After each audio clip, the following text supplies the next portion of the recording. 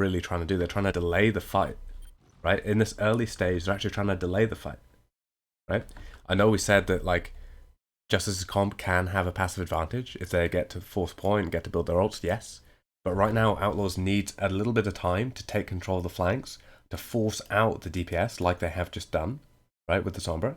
And then only once those DPS have kind of been forced out, which then is going to allow our DPS, from Houston's perspective, to play really aggressively on the flanks.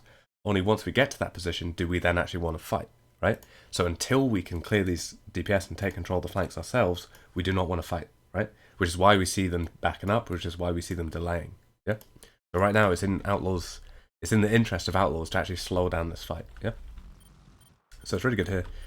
Do we see Dreamer die from this? We do. I don't want to go back too much, but I just want to see why he actually overcommits here, because he doesn't need to. As soon as he gets this boop, he's happy, yeah? So he comes in, gets the boop, right? He gets hacked. Then Sombra gets forced out. Why are we not paying attention to him? Why is he... we just see some mistakes from the backline here. We have enough resources in the backline, yeah? So we have enough resources from Zen, from Brig, from D.Va, to keep this ball alive here. We 100% have enough resources.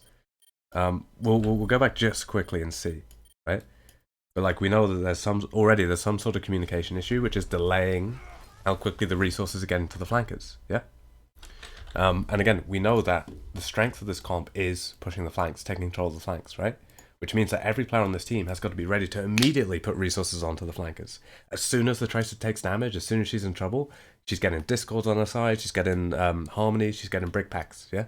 As soon as our Bull's in trouble, he's getting healing, yes, but also our D.Va needs to be looking for him, right? Because again, typically the way that D.Va works in this comp in terms of the dives, especially in these early stages of the fight, she's not going to be following the team in, but she is in a position to help them come out, yeah?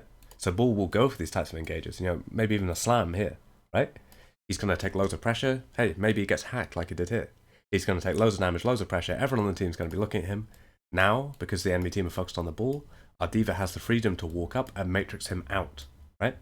So this is another one of the ways D.Va's kind of changed over time, is that instead of, you know, coming in, helping teams dive in with the matrix, unless it's kind of this comp with the Lucio Moira, typically we see her actually matrixing players out rather than matrixing them in, yeah? So I'm not going to focus on this too much, because then we'll get into, like, should Jake be caught over here? Like, why aren't the backline backing up together? Again, like, we can imagine if there were better comms with the backline and they'd already decided they were backing up in this direction, Jake doesn't stay in this room too long, which means that Piggy doesn't have to focus on Jake, which then means that Piggy can focus on going for the Wrecking Ball and helping him, yeah? But I think there's some sort of delay in the backline, which means that the team kind of slows down a bit, you know, and right now everyone's thinking, oh, we've got to look after Jake, we've got to look after Jake. Meanwhile, the linchpin of the comp, the Wrecking Ball, is struggling, yeah? Again, Piggy turns around way too late to see this, right? Piggy, again, needs to be knowing the condition of his Wrecking Ball at all times. He saw that he was hacked. He knows that Dreamer's disengaging from an engage. So this needs to be what Piggy's focusing on. Yes, he wants to keep an eye out for Jake, that's fine. But Jake, realistically, is fine in this position, yeah? Because we haven't seen the Tracer. We know she's not in this area, right? We know that the Sombra's been forced out. Hopefully someone's already called it. So Piggy should have enough freedom to turn around and look for the Wrecking Ball, yeah? So obviously there's some sort of mistake in comms here already that means we lose Dreamer. And again, we can't have those mistakes in this comp, yeah? Because this comp relies on our flankers, these three players, getting their resources as soon as they need them, yeah? If they get their resources quickly, they can contest any player on the flank. But if they don't, they're going to get pushed out, they're going to get killed, they're going to get caught out, yeah? And we can see all it took was a hack and a Tracer running him down. Yes, most of the damage came from the D.Va from this angle, but still, any healing on the Wrecking Ball, any D.Va flying in with Matrix would have negated that, yeah? But the backline just wasn't ready to heal the flankers, right?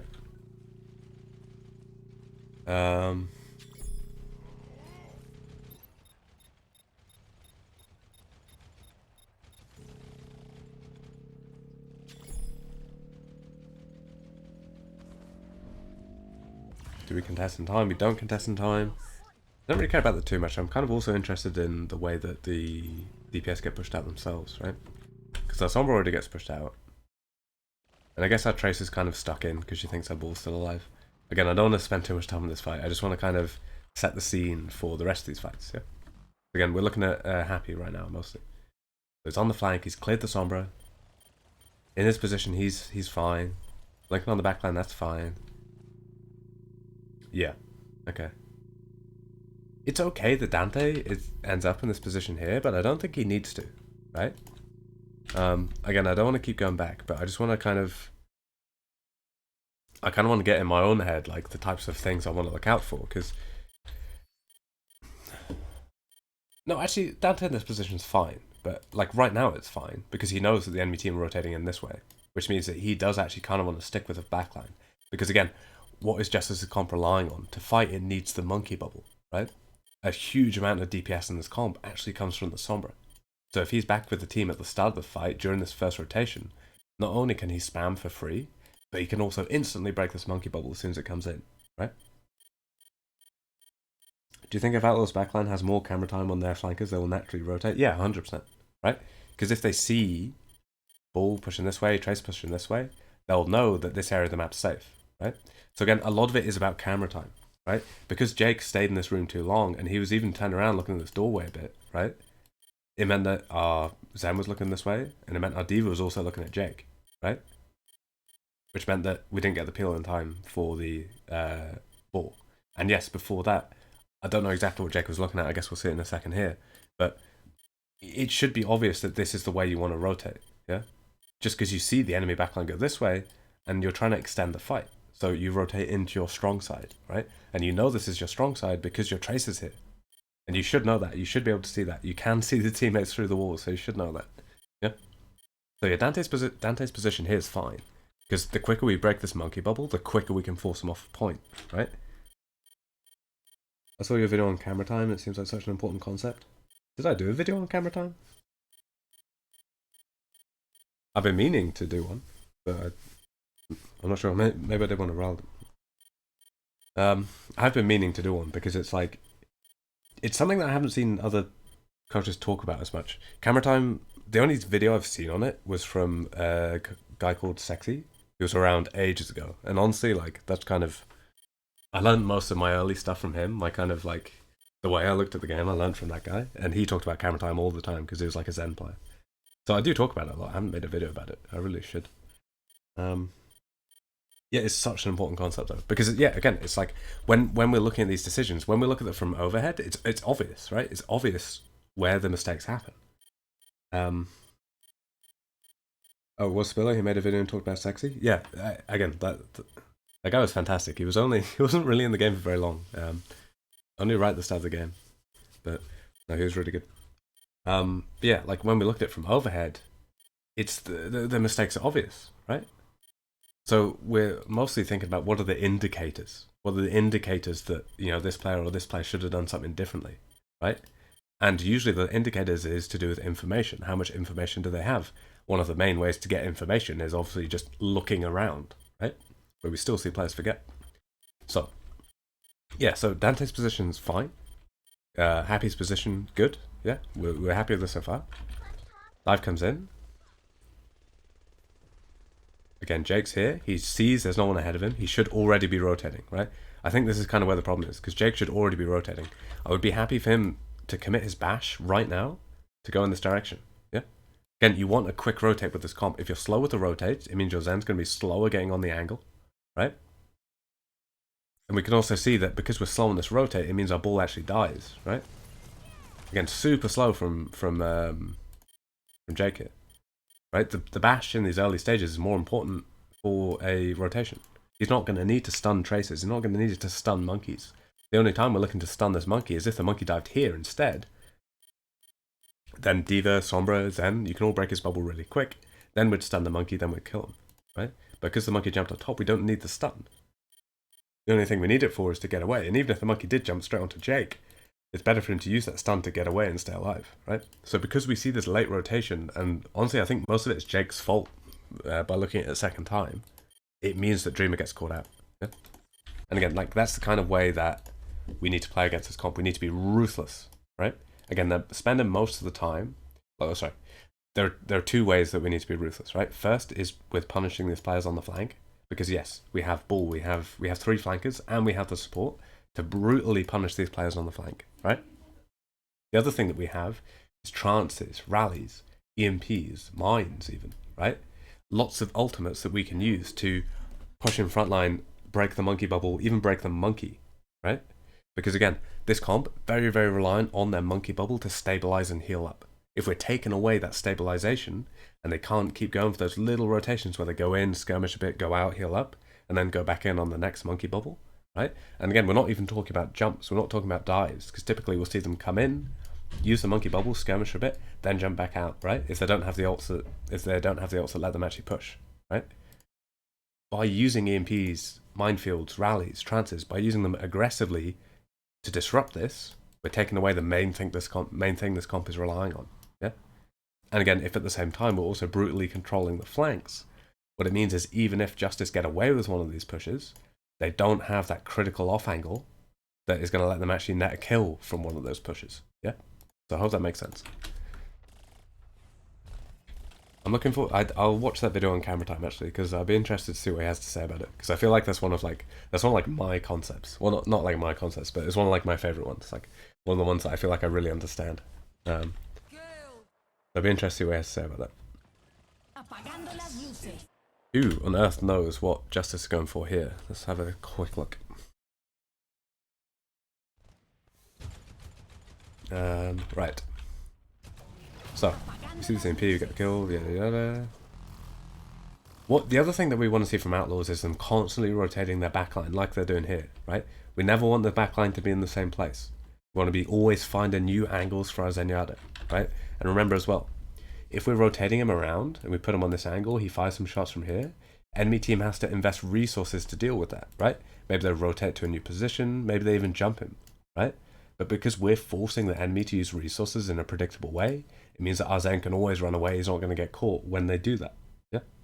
So we always want to see them rotating around like this. The other thing this does is that it doesn't allow the enemy to set up like a super strong engage, right? Because if our Zen and our Brig are always moving around, it's difficult for our Sombra to have a reliable flank on it, right? You know, it's difficult for our Monkey to get the perfect dive, yeah?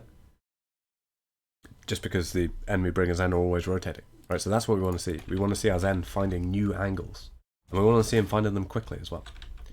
Again, like, they didn't know that Justice were about to go for a push here. I don't really know what the signal was for this push. I imagine the call comes out now that the Zen says, so I'm not really sure. But let's assume that Justice assumed that, let's assume that Justice were just going for a push up here.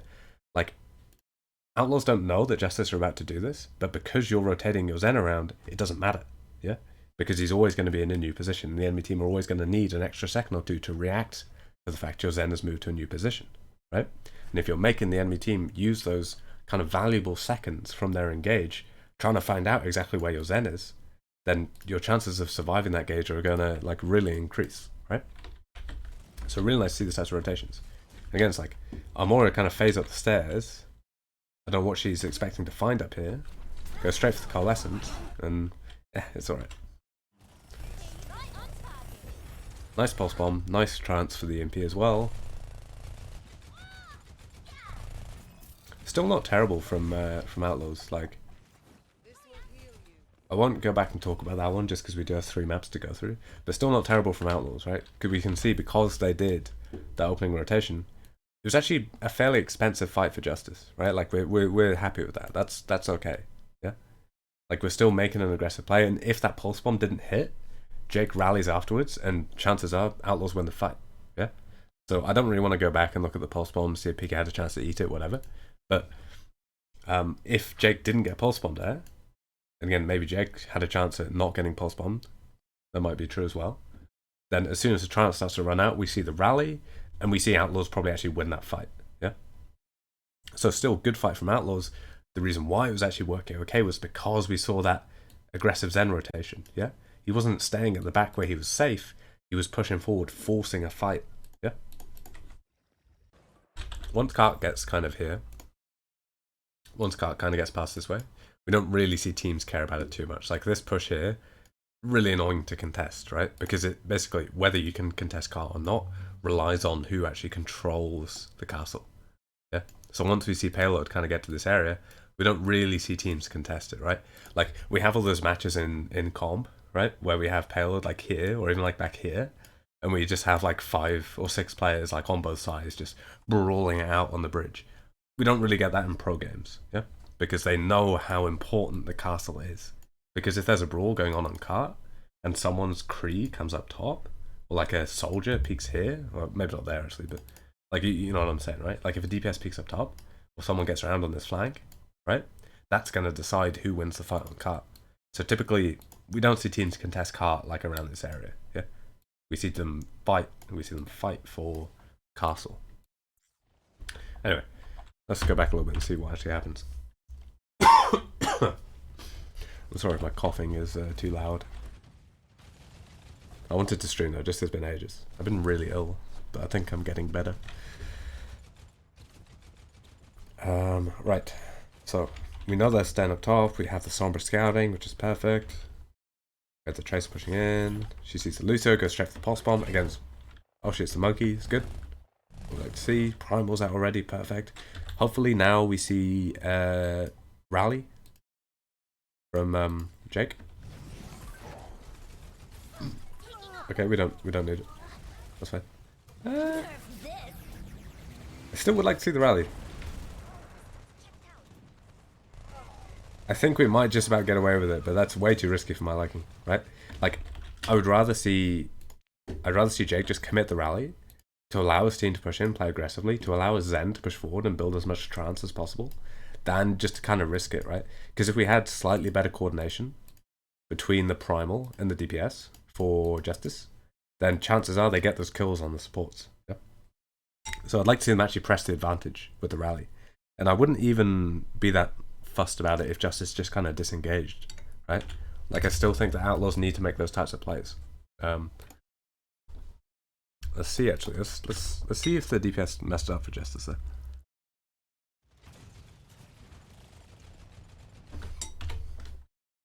Because we see this engage here. Tracer's on cart. We get the boop on the Lucio. Get this kill on the Moira. The kill probably shouldn't have happened, but we don't really care too much.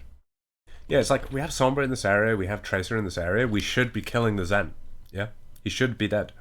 Like we're not even contesting cart anymore. Like this, these players here should die, and they would die if the DPS were focusing on it, unless we see the rally already, right? So I really don't like the fact it didn't rally. Like we have the advantage here. Yes, we just killed the Moira. Yes, fine, but now's the time to commit.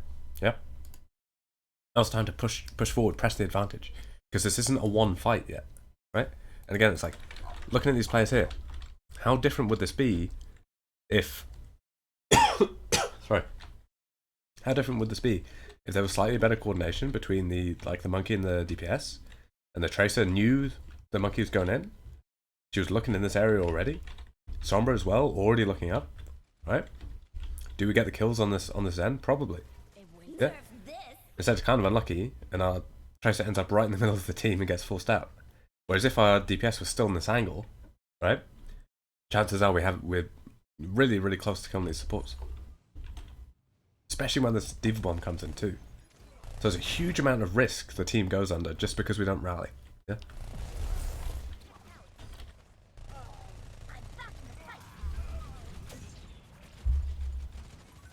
And we're actually kind of lucky we got that kill on closer too. So yeah, very, very close fight. Might not seem that close, but it was actually very close. Because again, if we saw a kill over here, or even close to a kill, and Outlaws were forced to play more passively, then we probably see Closer actually commit the beat, right? And then the team's in a position to push. So Outlaws actually get really lucky there. I'd like to see Jake pull that rally a little bit more. And again, that kind of goes into what we were saying about the two ways they have to play, right? They have to play ruthlessly to punish the flankers, right? They couldn't really do it here because they didn't want to waste time contesting cart. That's fine. The other thing they've got to do is ruthlessly punish the kind of not the rotation, sorry, but like the default cooldown cycle that the main core wants to do. where they're using cooldowns, disengaging, and then coming back in when they got their cooldowns again, right? The best way to disrupt that rotation, that kind of cooldown cycle, is by taking these engages, yeah? Where the ball's coming in, the tracer's coming in with pulse bomb. And then when the enemy team try and disengage, we're using a rally and pushing in and not letting them stabilize, right? So because Jake wasn't doing that, that kind of, you know, doesn't really bode well for the rest of the match, yeah? What else have we got here? Again, this is exactly what we're talking about, right? So, like, I'm not going to go back and look at the micro, but in this area, we're expecting to see 3 flankers plus the support of the backline. They should win these duels, yeah? This is how we beat Justice Comp. First, we ruthlessly punish the flankers. Second, we ruthlessly punish that cooldown cycle, yeah? So again, this is exactly what we want to see. More of this, right? And again, it doesn't take a whole lot to do this. You just have to have your Tracer scouting, your Sombra scouting, your ball ready to help them, and then most importantly, your backline ready to push in and support them, right? Push this, please. Go forward with rally, fight.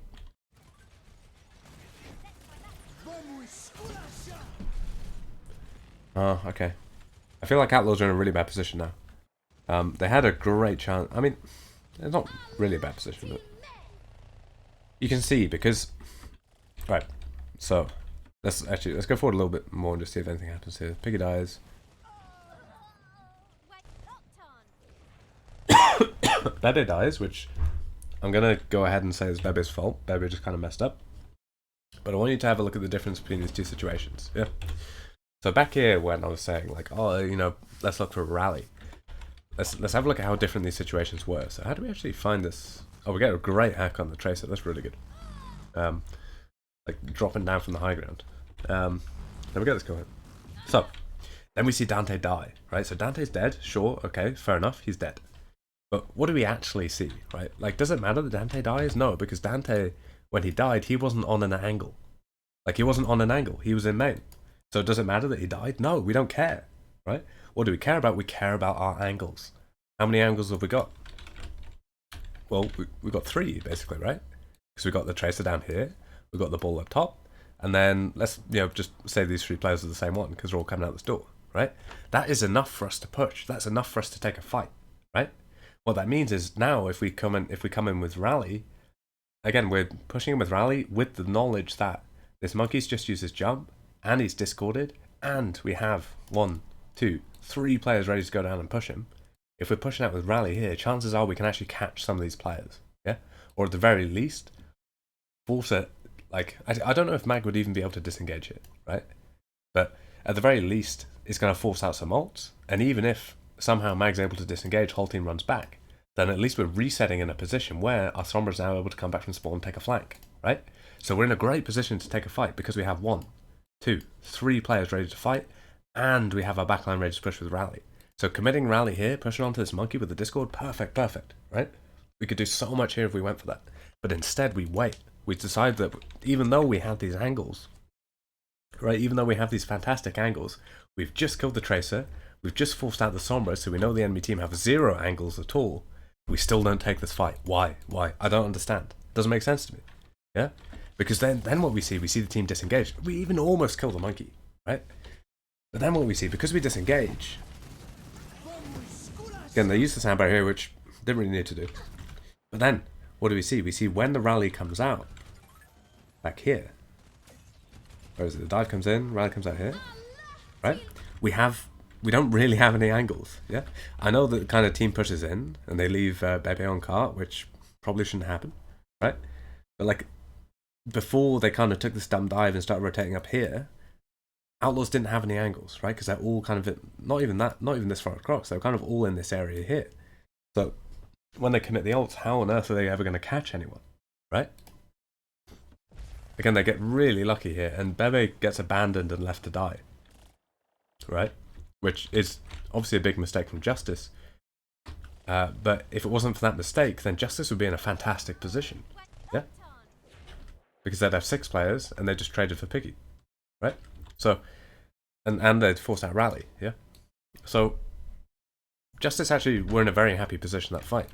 Outlaws had a great chance here to push and commit because they had the angles and because they had the proximity of their supports to push. So they had angles, proximity, they had the ult, right? They had the rally. So they had everything they needed. They had all the ingredients they needed to push. But instead they backed up. And then they had to take a fight from a position like this one where they had no angles. Yes, they had the rally still, right? But if Bebe didn't catch himself on cart, or if Bebe wasn't abandoned on cart like that and left to die, then Outlaws would be fighting from this position with a rally with no angle, which doesn't really do a whole lot from them, right? So, like, hopefully you can see the difference between those two situations. We have one where we have a good chance to push, we have the angles, right? And then we have another where we have no angles at all. It doesn't matter that in this situation we had 5 players and in this situation we had 6. The only thing that matters is the angles, yeah? The enemy angles had already been forced out, we'd even killed the tracer. Whereas over here, we'd allowed them to reset those angles while we'd just given away all of ours, right? So again, I don't like this either because I mean, I guess they're baiting the backline in a bit. We're trying to look at it from Outlaw's perspective without focusing too much on Justice, right? But Justice kind of allow themselves to go in for just a terrible engage here, yeah? They do this all the time when they call for these engages when Bebe is like 90% to a coalescence. Finally an early stream. Oh, hi Nathan. How's it going? I'm a little bit ill, but I know it's a nice weekend stream. But no, yeah, we see Justice do this thing all the time where they go for an engage when their Moira's 80%, like 87% to what's it called? Coalescence. We're 84% to EMP. Why would we want to go for an engage?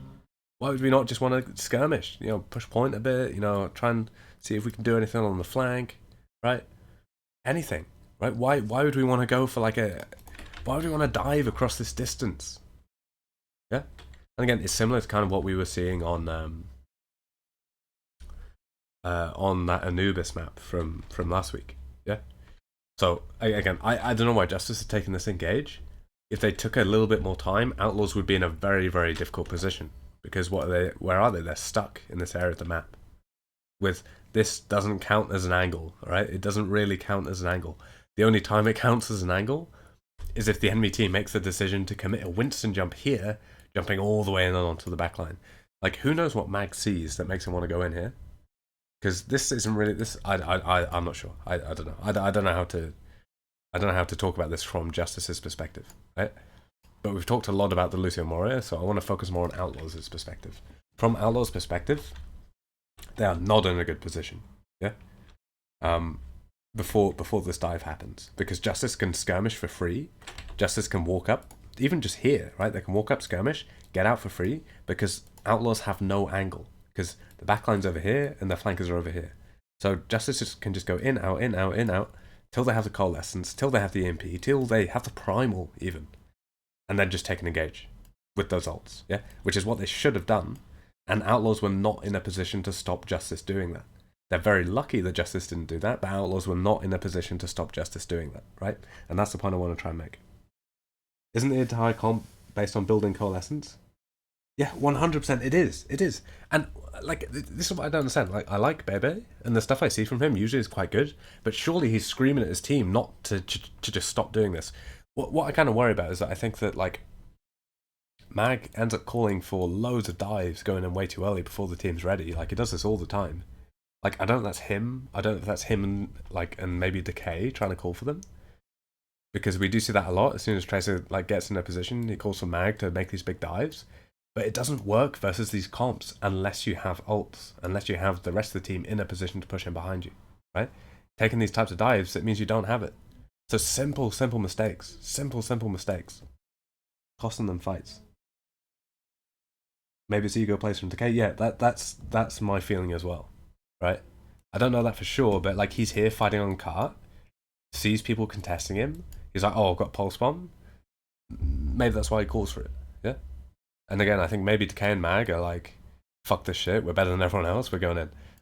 That's probably not the case, right? I don't really know anything about these players. I wouldn't want to assume that. But there's no way that Bebe gets abandoned so much And Bebe always, like, fights are always started before Bebe has coal, when this is a comp that they one-trick, right? They literally one-trick this comp. And Bebe hasn't said anything about it. So who knows if he's just getting shouted down or what, but like, they need to get this right to win. Really sad to see this all the time. And it's like, this is a comp that doesn't have to take dry fights. You don't have to go in and die, because you might as well just stand here and take damage to feed ults, right? It'd be much better than just feeding your entire health pools and wasting even more time by coming all the way back from spawn. So it doesn't make sense to me. I don't understand. But yes, Justice were in a great position to come up here, skirmish. You know, they could have gone main, don't really care. They had all the options, right? Skirmish, skirmish, skirmish. Outlaws did not have positions. They were over here. They didn't have positions to stop Justice doing that, right? Which meant they were failing. They were failing. They weren't even pushing the tracer out that was on cart. So they were failing in both of the things they were trying to do. Like, the Sombra was over here, even though Jake knew she was here. I don't know if Jake really had a chance to push her out, but that's kind of something else. But they were failing to disrupt the flankers, right? And they were failing to disrupt this cycle that we keep going on about, right? So Outlaws were not performing their jobs this fight, but the fight gets handed to them on a plate because, let's assume it's Mag and Decay call for this type of engage. Yeah?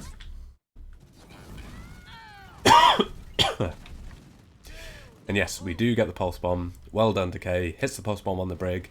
His stats are going to be good this game, but they didn't win the fight. Yep. They do actually get Dreamer on the disengage, and they probably are going to win the fight from here. Again, one of the ways this comp is kind of a crutch is because it allows you to kind of disengage, come back in with the ults, right? But again, like this shouldn't have happened. This shouldn't have been, the fight shouldn't have happened in this order, yeah? Where they take a dumb engage, somehow manage to get out, and then built all the ults that they were already like 90% to, and then just come back in with those, right? So we'll have a little look and see what Outlaws actually did to die to the disengage, but not really what we want to see here.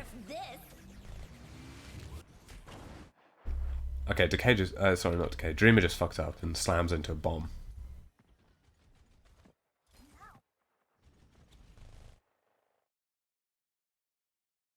Dreamer fucks up, slams into a bomb.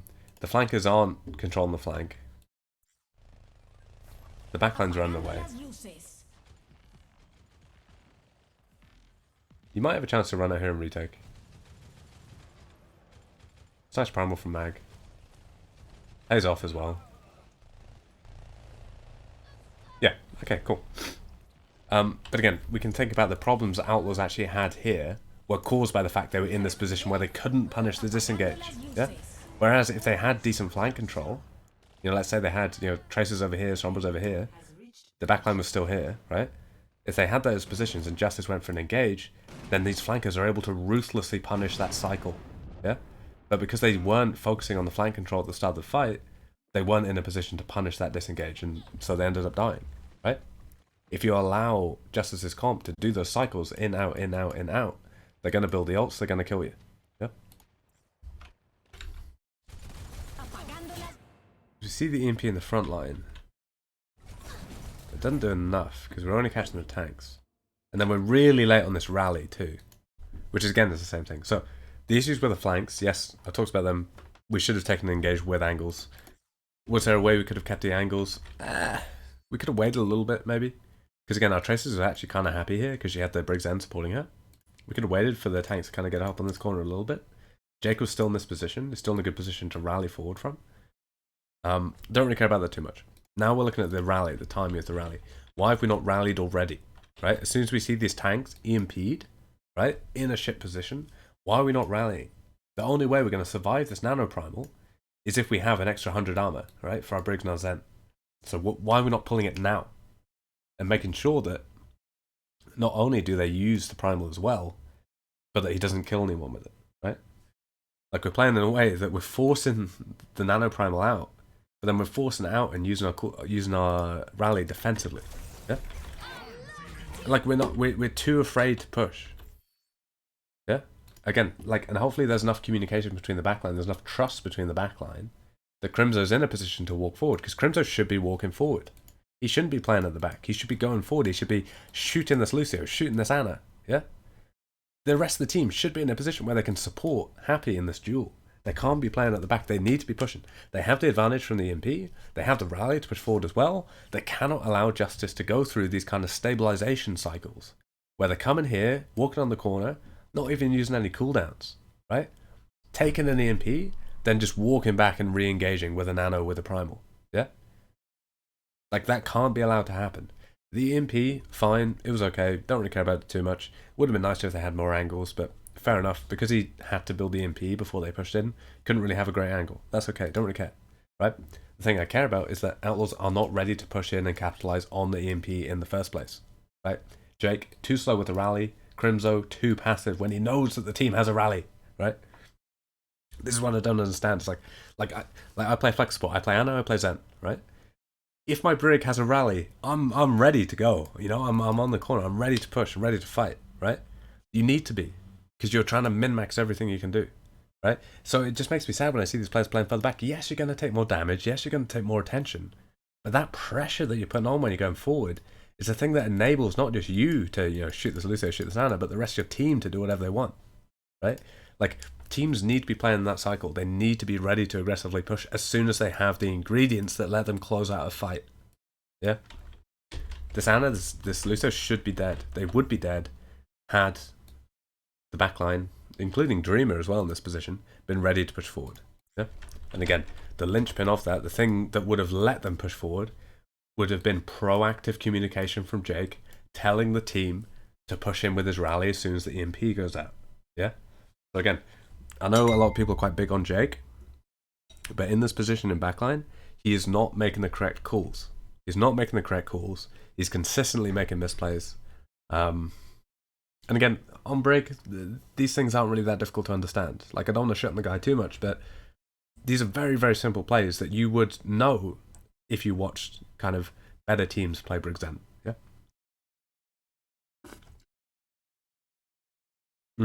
Okay. Sorry, I'm eating noodles. Yeah, okay. Just want to check, are there any questions about any of this? I need to, again, like, Happy gets caught, Happy dies, right? And what are these players doing over here? Why would you want to get nano-primaled here, right? Your Zen's not even in range of the rally. Like, fuck's sake, guys. It's insane. If you push forward, like if you push forward with the rally, if you're ready to push forward with the rally, not only do you might not catch the Lucio, but you should catch the Anna, right? Your Diva's probably even in a position to fly through and matrix your Tracer when she gets hacked. Yeah? Your Bull's in a position to fly through and contest. Like, your Zen can get in like a funny position over here where it's awkward for the monkey to primal him, right?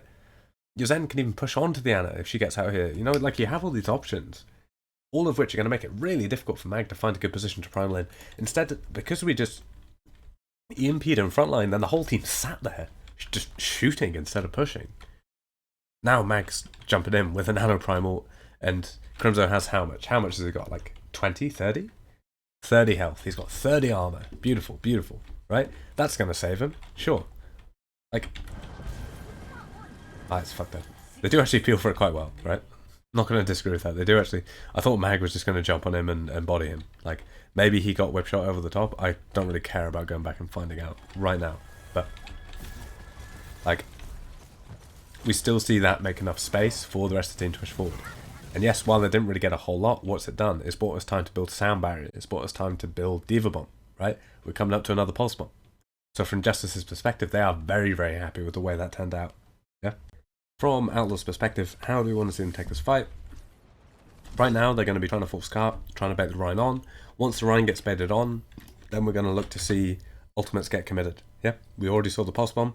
Hey, EMP here would be perfect as well, right? We're forcing cart with our mobility heroes, forcing the Rhine down. As soon as the Rhine drops, we're setting up to kill him. Yeah, and we can see this in the way that Outlaws, they're not setting up for a dive. You know, they're not like flanking Tracer up here trying to dive high ground, right? They know that through forcing cart, the enemy team are going to have to come to them, so they don't set up for a fight happening here. They set up for this fight happening here, right? All the angles they're taking are for this fight that they know is going to have to happen here. Yeah? So again, very good from Outlaws. We like that as well. Another great play from Jake. Okay, so he's woken up, right? He's woken up. He's sorry. He was having a little nap after half time, or he was having a little nap at half time maybe. And he came back, he was a little bit drowsy. But now he's woken up, right? How do we know he's woken up? We see the commitment of the rally. He sees this map, he rallies, he pushes. Beautiful, beautiful, right? And this is what we're looking for. Because it's a ruthless punishment of a player on an angle. And again, any comp, but especially Outlaws' comp, anytime they see a player on an angle, they are ruthlessly punishing it. Yes, Tracer can do it by blinking onto him. Sombra can do it by coming up behind him in Invis and then killing him. Ball can do it by coming in with a slam. Guess who else can do it? As Brig can do it by pushing him with rally, right? So it's the same playstyle. We're ruthlessly punishing these players on the angles. Every player in the comp can do it. Brig can even do it herself. Yep. So hopefully Jake doesn't get like 3-tapped through the window and actually gets in range to kind of kill this BAP. But yeah. Ooh, nice. Beautiful. Sorry. But yeah, so that's what we see. We see Outlaws use their flank control to set up for the fight they know is going to have to happen on cart because they're forcing cart. Yeah, and it's like Justice don't have enough spam damage to like sit up here and just shoot people on cart. Like they just don't have enough damage, so they can't do that. They have to drop and they have to contest, right?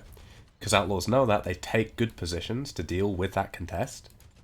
And then what that also means is the supports are able to make this kind of tempo play to deal with the BAP. The BAP dropping on this angle with the window was a good play. You know, we commend Bebe for doing that, right? Unfortunately, Jake had rally. Jake was in a position to push. Yeah. So again, very happy from Outlaws. Good commitments from them. We like the pulse bomb. We like the MP. We like the rally push, right?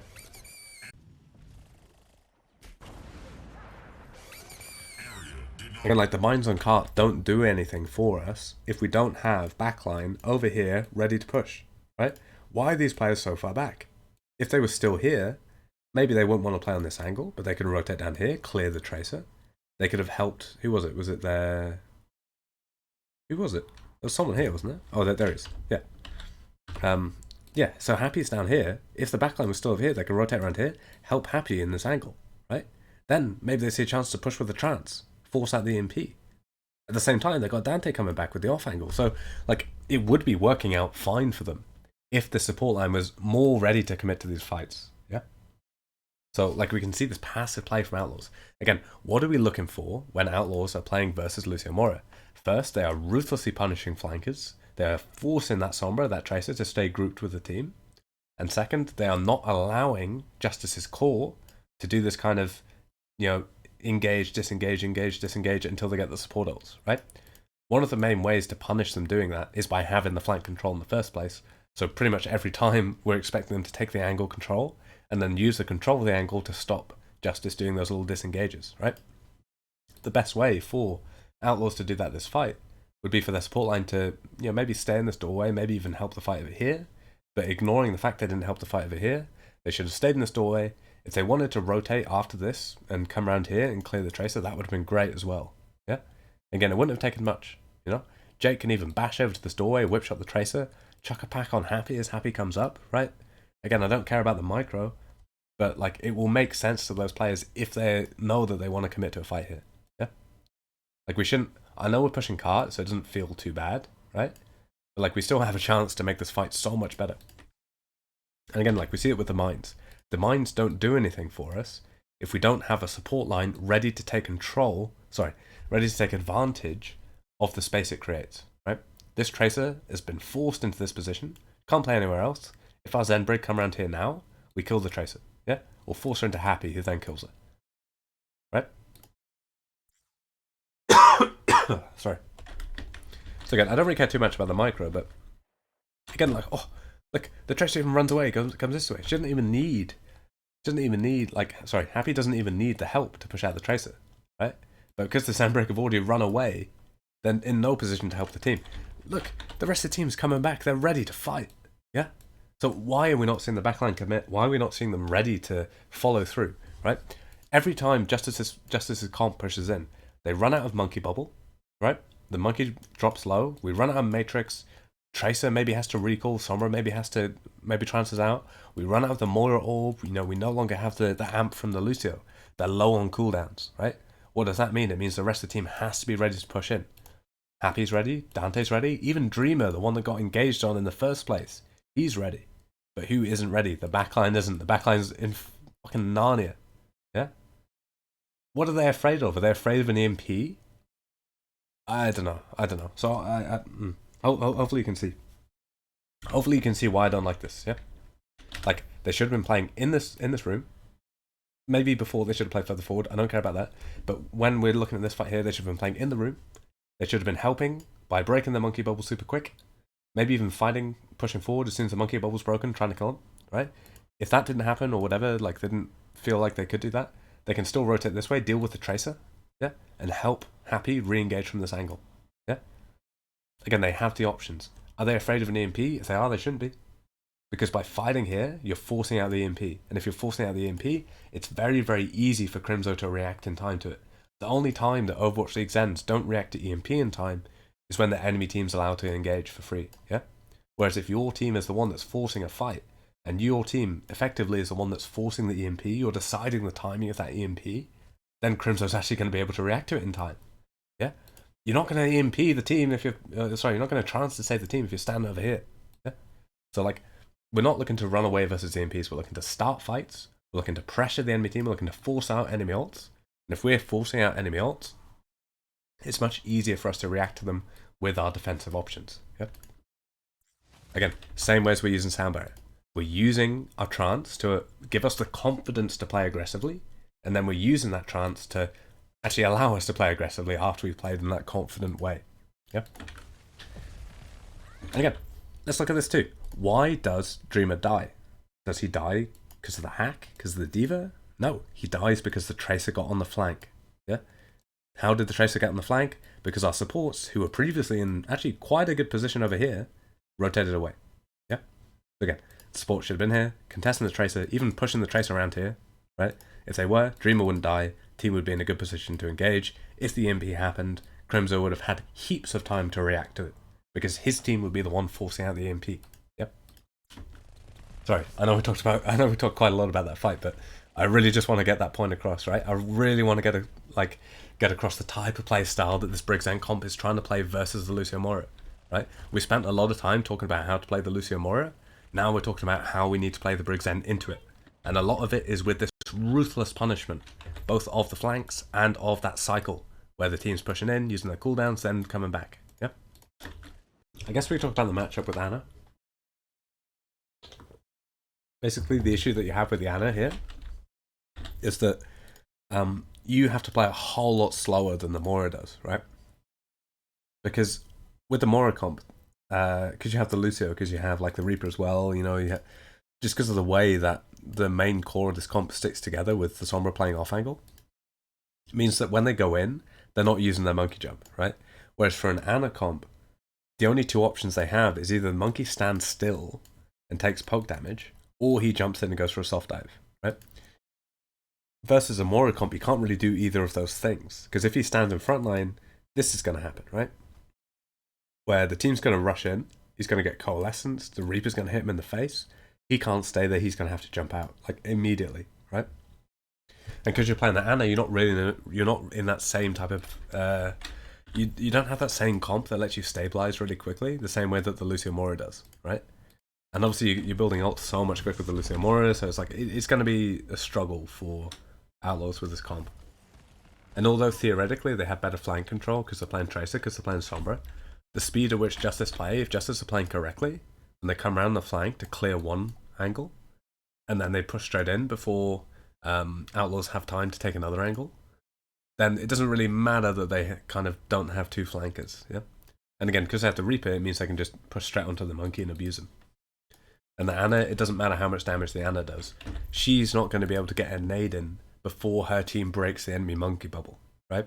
So what we'll see is Mag come straight around the corner, drop his bubble on top of Dreamer, right? And Dreamer's going to have to jump out before Mag's bubble gets broken, which means that Crimzo's never going to have a chance to get a good anti-nade in, right? And if he never gets a good anti-nade, then Justice's comp is just going to be better. So should see an EMP here. Nice little push. Does he get hacked as he's dropping? That's so unlucky.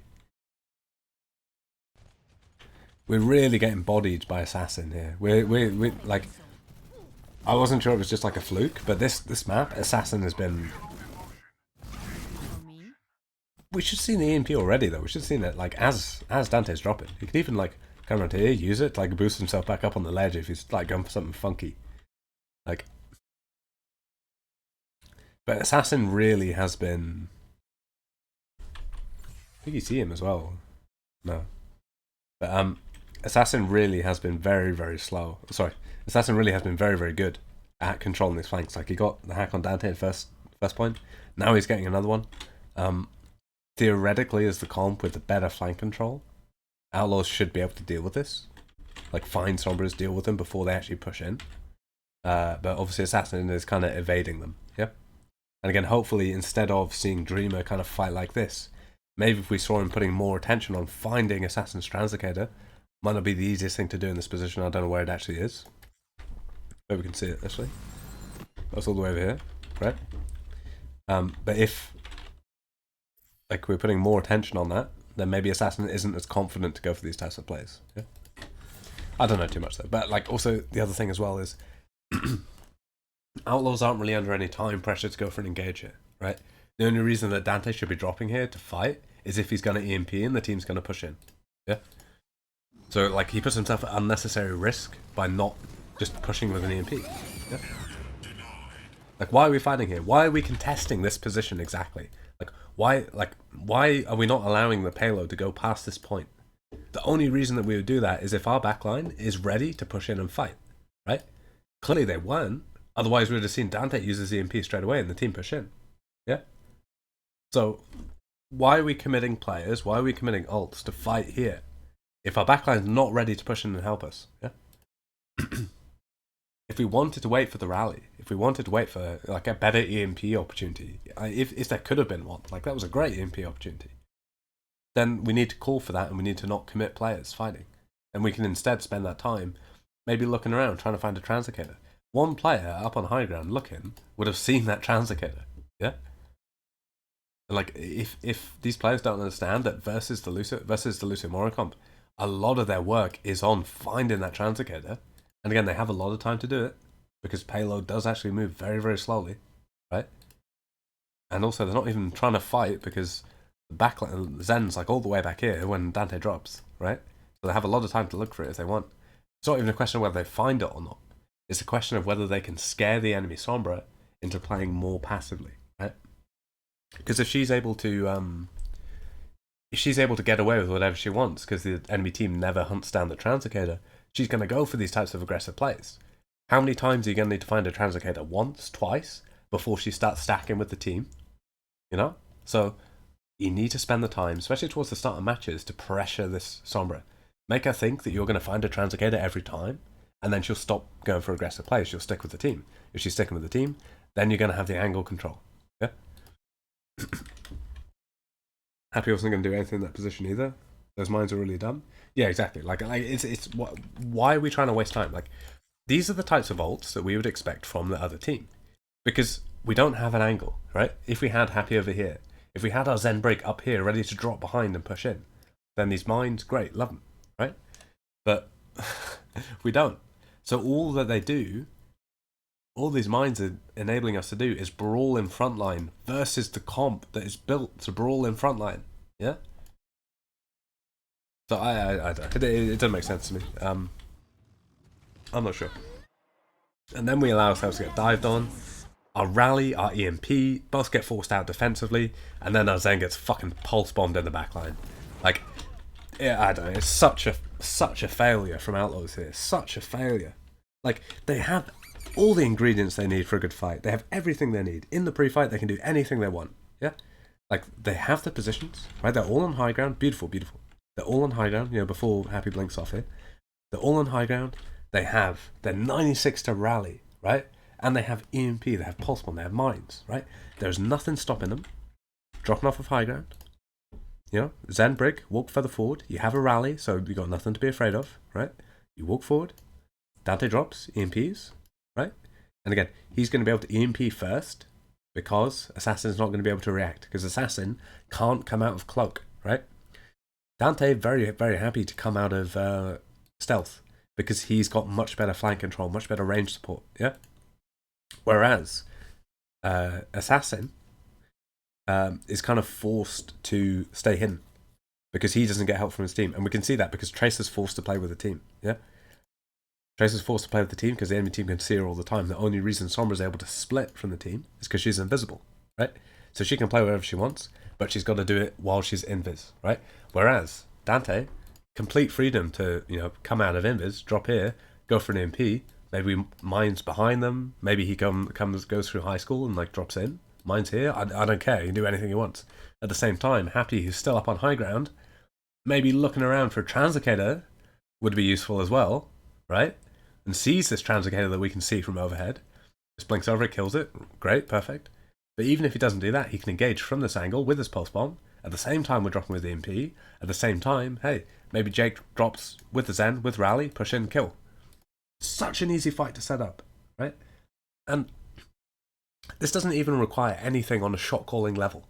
And again, like, the video that I'm trying to make at the moment, like, I've written it, I just need to actually record it, but I'm kind of too ill to record it at the moment. It's on default, it's on shot calling as well. And it kind of talks about how this engage that we're talking about is a default engage because we have the ults, we have the positions, we have all the ingredients we need to push. Yeah. So it doesn't require a whole lot in terms of shot calling. All it would require is someone to say, you know, let's push with the MP, right? What's Dreamer going to do if he knows the team's pushing with the MP? Well, he's going to look for a slam, maybe a mines, right? What's Happy going to do if he knows the team's looking for an MP? He's going to get on a flank where he can drop and get a good pulse bomb.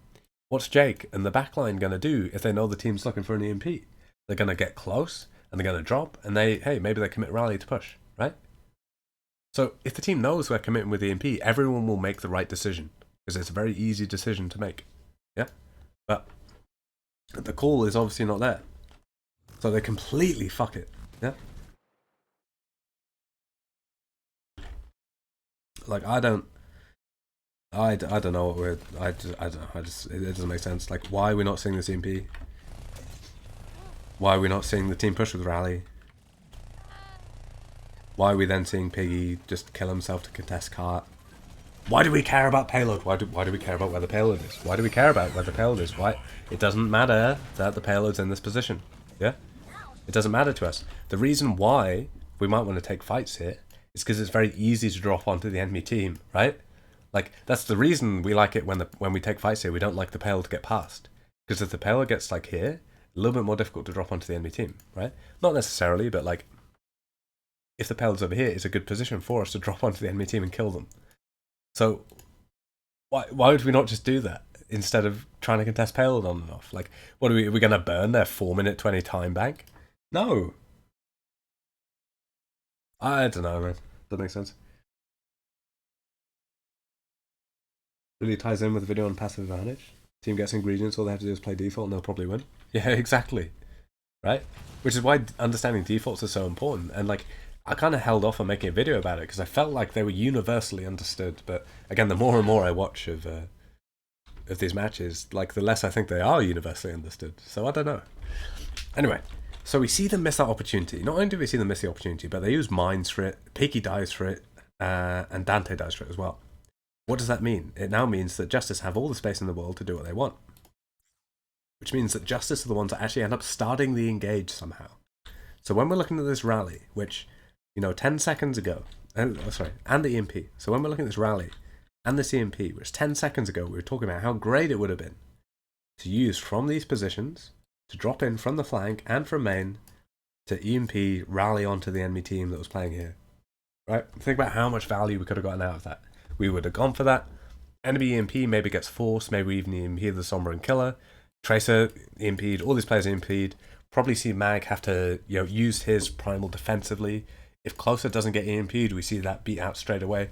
All these cooldowns, all these resources forced defensively, yeah? From Justice, if we went for that engage.